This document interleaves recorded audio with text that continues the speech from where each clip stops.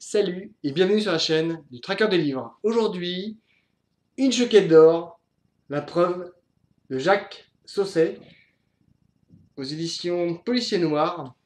En plus, je les ai eus au sein du livre Poche de sa mort. Il m'a dédicacé. On a parlé un peu. C'est quelqu'un de très sympathique, de très abordable. C'est vraiment intéressant de parler avec un auteur de ce qu'il fait, de ce qu'il compte faire et de comment il le fait. Donc j'encourage tous les lecteurs à se rendre dans les salons. Alors il y en a des plus gros que d'autres, mais il y en a quand même pas mal maintenant. On a quand même compris qu'il fallait en faire pas mal. Allez les voir, oser, c'est des gens qui sont très abordables et plutôt sympathiques. Donc La Pieuvre, Chouquette d'or, on retrouve avec envie le duo de choc, Lisa Esselin, officier de police judiciaire, et le capitaine Magne, son supérieur, et son compagnon.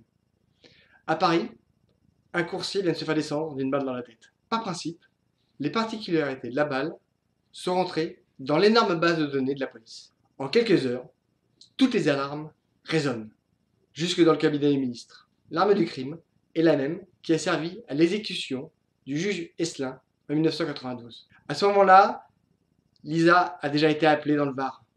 Sa mère vient d'être admise à l'hôpital. Malade d'Alzheimer, elle s'enfonce dans la maladie de plus en plus. Bien qu'elle ne lui ait jamais pardonné de les avoir abandonnés, son père et elle part la rejoindre. De son côté, Magne est muté au 36. La quintessence de sa carrière. Mais il la doit à cette sale affaire. Il prend du galon, mais il a un goût amer dans la bouche.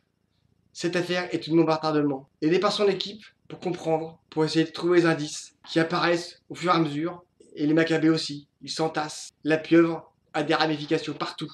Et le juge Esselin l'avait bien compris à l'époque. Une histoire d'une densité incroyable. Je trouve que pour ce livre, Sausset a vraiment dépassé un certain niveau d'écriture, de densité, d'histoire.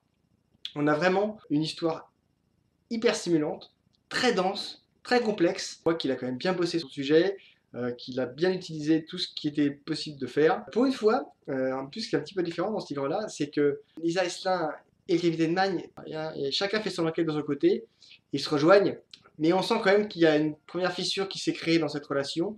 Magne ne peut pas inclure sa compagne dans l'enquête tant elle est proche du sujet. C'est son père qui est mort. Mais elle, en même temps, elle dit, vous êtes bien gentil, tout ce que vous êtes, mais je veux absolument savoir qui l'a tué et je veux qu'il paye. C'est un excellent roman. Je vous cache pas que j'ai hâte de lire le prochain, mais je vais laisser un petit peu de temps entre quand même pour lire d'autres romans.